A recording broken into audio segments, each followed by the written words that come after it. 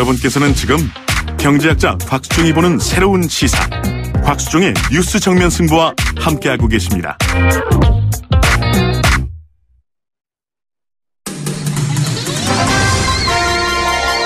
정면 스포츠.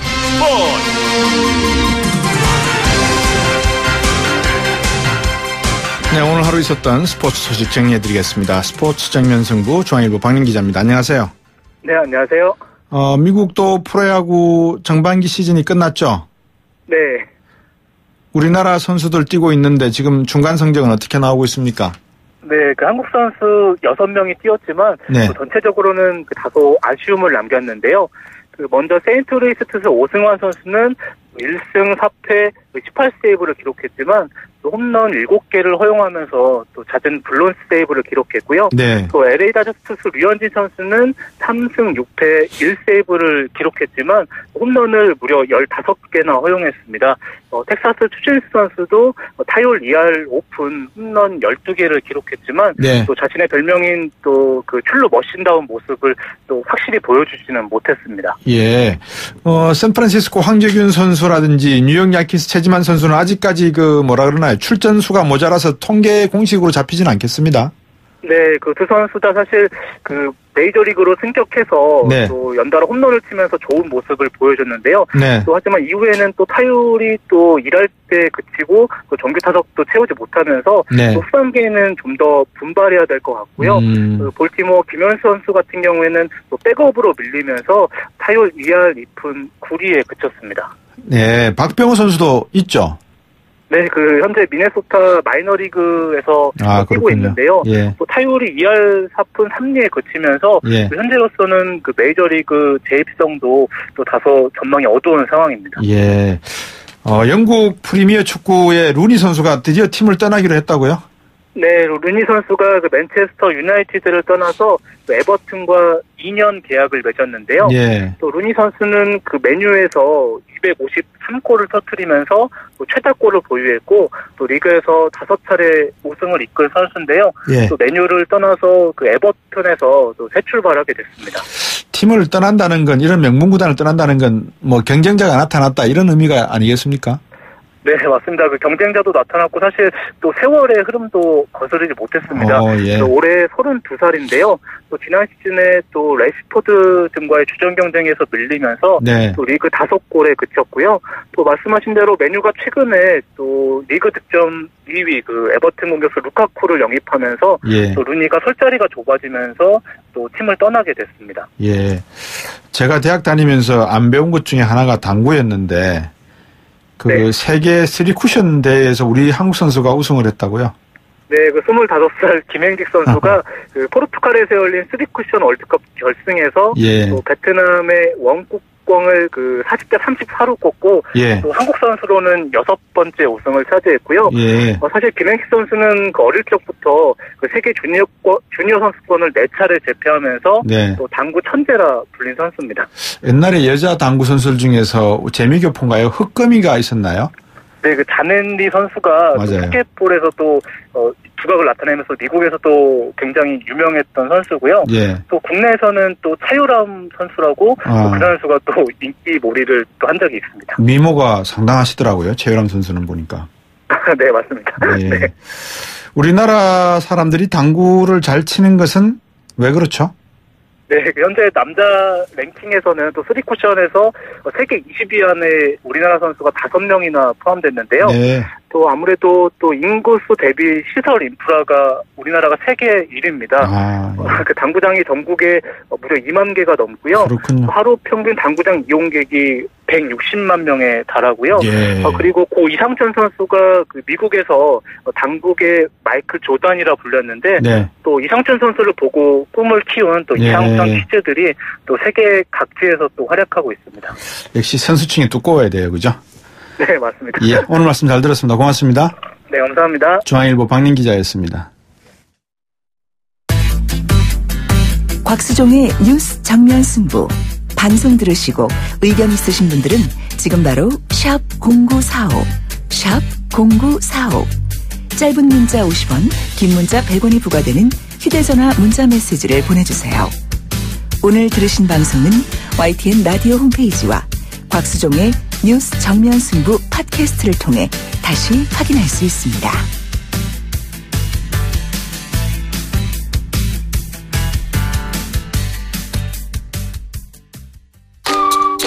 청소 끝! 칠 외치는 그날까지 리빌딩 코리아.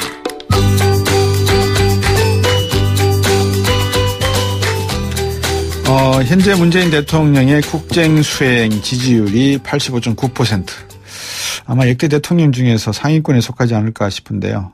그 기저에는 국민들과의 소통이 그 어느 대통령보다도 현재 파격적이면서 뭐랄까요, 초심을 잃지 않는 모습으로 가고 있기 때문에 그런 모습이 아닌가 싶습니다. 그래서 오늘 주제는 한신대 정조교양대학의 김준혁 교수와 함께 이 정조의 소통법과 대국민 백성소통법과 문재인 정부의 대국민 소통정책 한번 비교해서 말씀 들어보는 시간으로 잡았습니다. 한신대학교 정조교양대학 김준혁 교수 나오셨습니다. 안녕하십니까? 예, 안녕하세요. 네.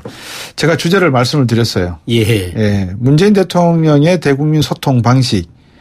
그동안에 워낙 한 대통령이 소통을 못 하다 보니까. 그렇죠. 예. 조금만 해도. 그렇죠. 예. 그 전 대통령도 소통을 못 했어요. 그렇죠. 예. 비즈니스 프렌들이라 그래가지고 네. 소위 있는 사람, 가진 자와들과의 소통은 했는지 모르겠고. 네. 환경과의 강과의 소통은 많이 하신 걸로 알고 있는데, 예.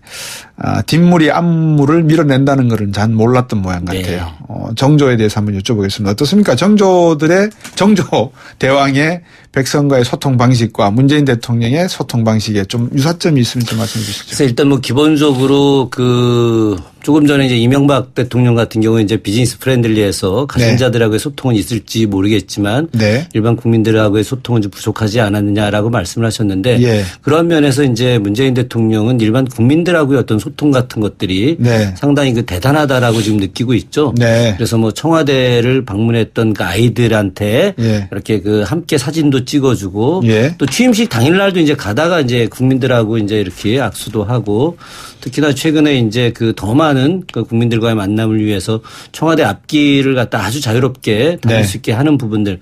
그러니까 국민들과의 어떤 직접 소통, 직접 만남 예. 이런 것들이 이제 굉장히 파격적이고 신선하다는 평가를 받고 있는데 네. 이제 그것과 마찬가지로 정조의 어떤 백성들과의 소통 정책이라고 하는 것은 직접 만나는 거예요. 네. 실제 조선시대 국왕들이 이 백성들 직접 잘 안 만나거든요. 예. 구중궁궐이라 그랬는데요.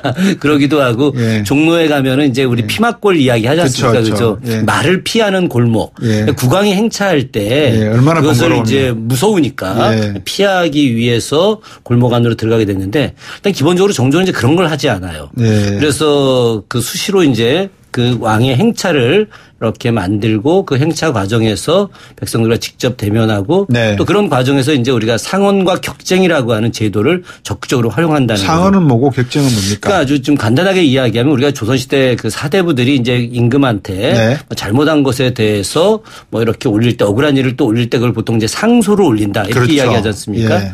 그런데 이 상언이라고 하는 것은 내용은 같은 거예요. 예. 그런데 일반 백성들이 올리는 거죠. 그러니까 백성들이 이제 왕한테 직접 자신들의 억울한 일을 갖다가 올리는 일들 이런 제도가 이제 상언 제도인데 네. 그 이전에는 거의 없었죠. 네. 정조가 그런 상언 제도를 적극적으로 이제 쓰게 했고 그래서 백성들이 아주 자유롭게 예. 임금한테 자기의 억울한 일들을 이제 올리게 한 것이고 예. 격쟁이라고 하는 건 좀 더 파격적입니다. 격쟁이라고 하는 것은 임금이 어디 행차를 해요. 네. 행차를 하게 되면 이제 징이라든가 꽹가리, 북 이런 걸 막 쳐가지고 예. 임금의 행렬을 멈추게 합니다. 멈추게 하고 임금 앞으로 가서 네. 자신들의 억울한 일을 이제 이야기하는 거죠. 예. 지금 대통령이 어디 가는데 갑자기 차 딱 막고서 대통령 나오세요. 예. 이렇게 이야기하는 것과 예. 다르지 않은데 예. 지금의 대통령하고 조선시대 임금하고 같겠습니까? 이거 예. 완전히 생사였탈권을 다 갖고 있는 사람인데 그런 사람의 행차를 막았다. 예. 그럼에도 불구하고 그 행차를 갖다가 막은 백성들에게 억울한 일을 차분하게 들어주고 그것을 해결했던 내용들 이런 것들은 이제 보통 국왕과 보통 지도자하고는 전혀 다른 소통의 군주라고 하는 모습을 보여주고 있는 것이죠. 네.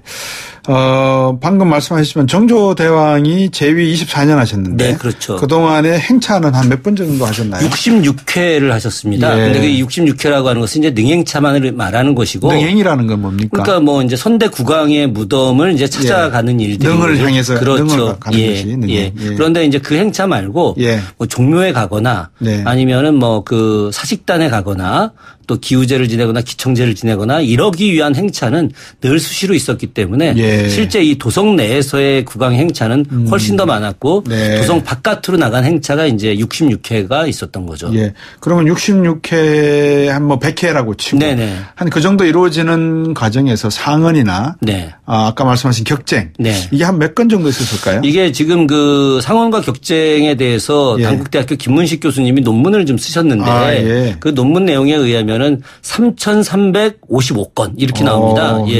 그러니까 뭐 굉장히 파격적인 거죠. 뭐 일반적으로 이제 그 이외에 그건 이제 일성록에 기록되어 있는 것만 3,355건이라고 하는 거고 뭐 추가로 하게 되면은 아마 대단한 역사학자들 이야기로는 4,000건 정도 이렇게 보고는 있는데 그럴 경우에 매일 하루에 한 건씩 국민들 즉 백성들하고 소통을 했다 치면은 거의 뭐 10년 이상을 그렇게 소통한 것으로 우리가 이제 평가할 수 있는 거죠. 네.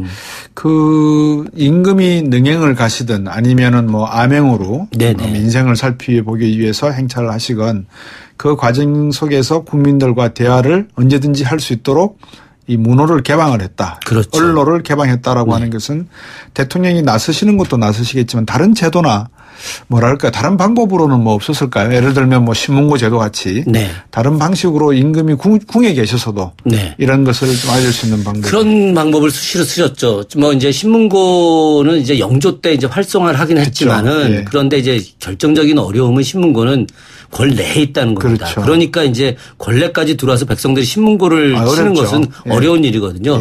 그런 측면에서 이제 상언과 격쟁이라고 하는 제도를 이제 일반 백성들 대상으로 쓰기도 했지만은 그러나 언로를 더 열기 위해서 정조가 수시로다가 거의 뭐 1년, 2년에 한 차례씩 연중 행사일 수 있는데 아예 한 달 정도 기간을 둬요. 기간을 두고서 그 기간 안에다가 자신한테 하고 싶은 이야기 그걸 이제 다 하라고 이야기하는 거예요. 자기에 대한 어떠한 비난도 자기는 감수하겠다. 그러니 자기가 잘못한 부분은 이렇고 그래서 이런 부분을 갖다 이렇게 제도 개혁을 하면은 바로 이런 이로움이 있을 것이다 라고 하는 그 이야기를 하라고 이야기하죠.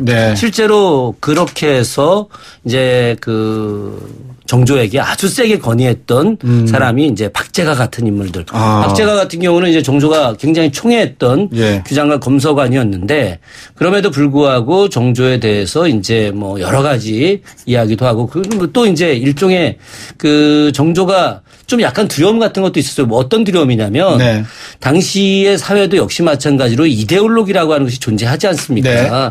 그러니까 그때 당시에 이데올로기는 사실은 이제 서학이었거든요. 천주교. 그렇죠.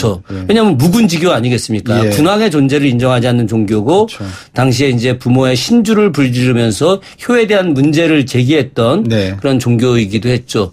그런데 당시에 그 문제가 불거지기 이전 시기였어도 그러니까 1790년에 제사 금지가 조선으로 전파가 됐는데 그 이전 시기에도 서학은 이제 이렇게 새로운 신학문으로 평가를 받긴 했지만 서양의 선교사들을 드리는 부분들은 굉장히 그 두려움에 떨었던 감히 어느 누구도 이야기하기 힘들었던 부분인데 박제가 정조한테 대놓고 왜 서양 선교사들 안 들여오느냐. 거꾸로 서양 선교사들 우리 이제 받아들여 가지고 그 부분에 대해서 서양의 어떤 기술들 더 적극적으로 활용하자.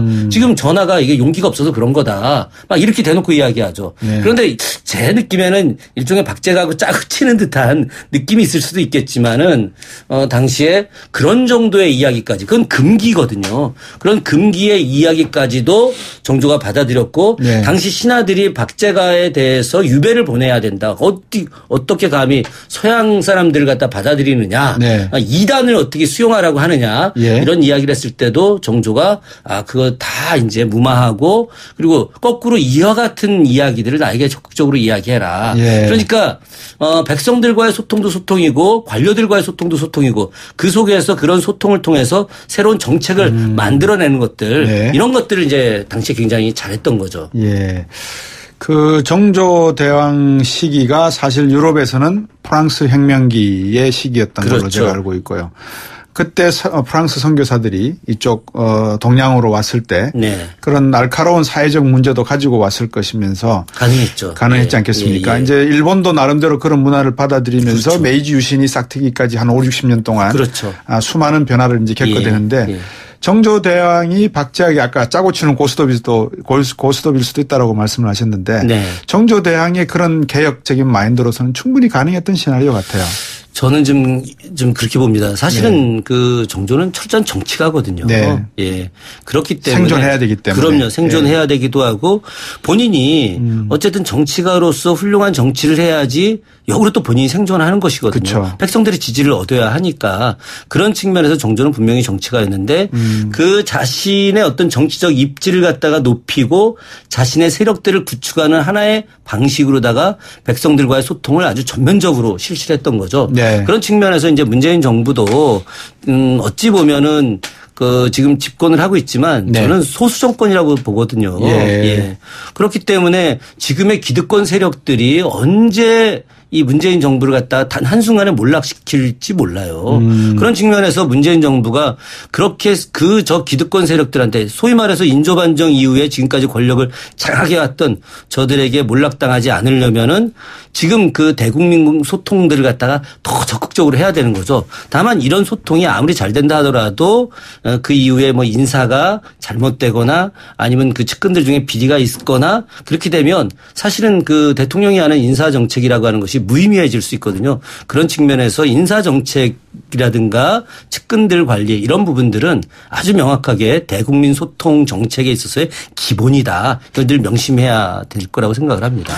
지금 상당히 좀 중요한 말씀을 해 주셨는데 이거를 어떻게 청취자 여러분들에게 풀어서 제가 설명을 비유를 해야 될까 좀 고민입니다. 왜냐하면 그 정조대왕이라고 하는 어른이 영조대왕 때부터 이 신하들이 조선사 시작부터 왕을 바지사장으로 앉히고 자기들의 기득권을 강화해온 그런 모습으로 정의를 내려왔기 때문에. 그렇죠. 그게 바로 태권이었죠. 태권이었죠. 예. 그것을 어떻게 하면 혁파하느냐 그 답을 찾은 게 국민의 목소리를 듣겠다. 신하 너희들이 뭐라 그래봤자 국민이 원한다는데 너희들 뭐라 민심은 천심이라는데. 바로 정확하게 그겁니다. 이제 그쪽 방향으로 가는데 제가 늘 말씀드린 게 이분이 꽃을 피우지 못하고 일찍 세상을 여미면서 대한민국의 근대사에 조선 말기에 들어오게 되는 이 과정이 상당히 험난한 시기를 맞이했다는 것이죠. 그래서 방금 말씀하신 문재인 정부가 조심해야 될 것 중에 하나가 완전 무결한 정의와 완전 무결한 인사는 가능하지는 않지만 그렇죠. 그래도 가능하면은 뭐라 그럴까요? 상식과 정의에 맞는 인사정책으로 가야 되는 것이 국민과의 소통의 방법이다. 이런 말씀하시겠습니까? 그렇죠. 그렇습니다. 국민들을 보고 가는 것은 정조와 문재인 대통령의 같은 뜻이라고 보면 조선의 모든 선비와 백성들에게 이 자기가 생각하는 개혁 방향을 설명을 해야 될 거 아닙니까? 그렇죠. 정조가. 어떻게 설명을 했습니까?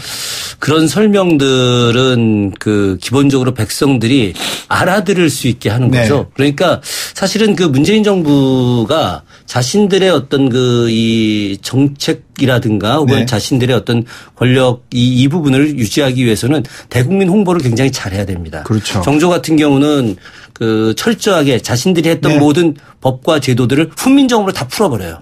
훈민정음으로 풀어서 다 반포를 합니다. 그러니까 백성들이 읽을 수 있는 거 아니겠어요. 그렇죠. 그래서 우리가 백성들 당신들과 함께 하겠다. 이 메시지를 끊임없이 보내주는 거예요. 그러니까 메시지를 보내니까 그것들에 대해서 백성들이 그 이전에는 한문으로 되어 있었기 때문에 알아들을 수가 없었는데 그렇죠. 한글로 다 풀어서 주기 때문에 백성들이 다 알고 입으로 또 구전되고 그런 과정에서 야 역시 우리 임금님이 우리를 이렇게 배려하는구나. 우리를 이렇게 높이 평가해 주는구나. 라고 이제 생각을 한다는 거죠. 그런 느낌이 생기기까지 상당한 또 시간이 필요한 건 또 사실이잖아요. 그렇죠. 그런데 이제 특정한 사건들 같은 경우 이런 것들은 이제 쫙 퍼지거든요. 가령 이제 억울한 일에 대한 합리적 판결들. 그러니까 가령 뭐 이제 흑산도에서 그 이 당나무가 안 나와요. 당나무라는 게 종이를 만드는 재료인데 그런데 이 당나무가 안 나오는데 거기다가 당나무 나오는 걸로 해서 세금을 막 걷는단 말이죠. 때리니까. 그러니까 흑산도 사람들 얼마나 당혹스럽습니까? 그렇죠. 거의 뭐 몇백 년 동안 그렇게 세금을 내왔던 것이거든요. 그때 이제 이 국왕은 이게 백성들의 이야기를 듣는다. 이런 소문을 흑산도까지 이제 오게 된 거고 흑산도 백성들이 이제 김희수라고 하는 사람을 보내가지고 정조의 행차 때 탁 징쳐가지고 막은 다음에 우리 흑산도 당나무 안 나온다. 그런데 몇백 년 동안 세금 부과해 왔다. 잘못된 거다. 이야기하니까 정조가 맞다. 그것은 잘못된 거다. 앞으로 흑산도에 당나무와 관련된 그 세금을 부과하지 않겠다. 네. 그 소문이 전국에 퍼져나가는 거죠. 그렇죠. 그러니까 또 다른 억울한 일을 겪는 백성들이 정조에게 찾아오고 정조는 또 합리적으로 판단해주고. 예. 노블레스 오블레주도 해줬죠. 김만덕을 만나서 김만덕이 잘한 일을 또 국민들에게 알렸죠. 그럼요. 김만덕 그 할머니가 예. 제주도 백성들을 자기 모든 재산을 털어서 구제해줬거든요. 예. 그래서 김만덕을 궁으로 불러들여요. 그러니까. 조선시대 제주도 여자들 출족할 수 없거든요. 예. 그렇죠. 앞서서 제가 여론 지지율 말씀을 했는데요. 방송의 한계입니다. 이것도 말씀드려야 돼요. 한국사회여론연구소 KSOI가 7월 정기여론조사에서 한 결과고요. 7일에서 8일 사이 이틀간 성인 1,010명을 대상으로 6월 말 기준 행자부 주민등록 인구 기준에 따라 성과지역 연령 가중치를 적용해서 응답률 15.8%, 신뢰수준 95%, 표본오차 플러스 마이너스 3.1%포인트. 자세한 내용 중앙선거 여론조사심의위원회 홈페이지 참조하십시오. 교수님 이것을 좀 없애셨으면 좋겠어요. 여론 지지율 이야기할 때마다 이거 다 읽어줘야 돼요. 아, 그런가요? 예. 그건 좀 그렇네요. 예. 오늘 말씀 들으면서 가장 좀 흥분스럽고 감사했습니다. 오늘 말씀 잘 들었습니다. 예, 고맙습니다. 한신대학교 정조교양대학 김준혁 교수였습니다. 수고하셨습니다. 네, YTN 뉴스 FM 뉴스 정면 승부 오늘 준비한 내용 여기까지입니다. 문자 보내주신 분들 글을 다 못 읽어드려서 죄송하고요. 늘 보내주시고 관심 가져주셔서 감사합니다. 팟캐스트 다시 들어보실 수 있으니까 꼭 확인하십시오. 전 내일 다시 뵙겠습니다. 운전 조심하시고요. 박수정이었습니다. 고맙습니다.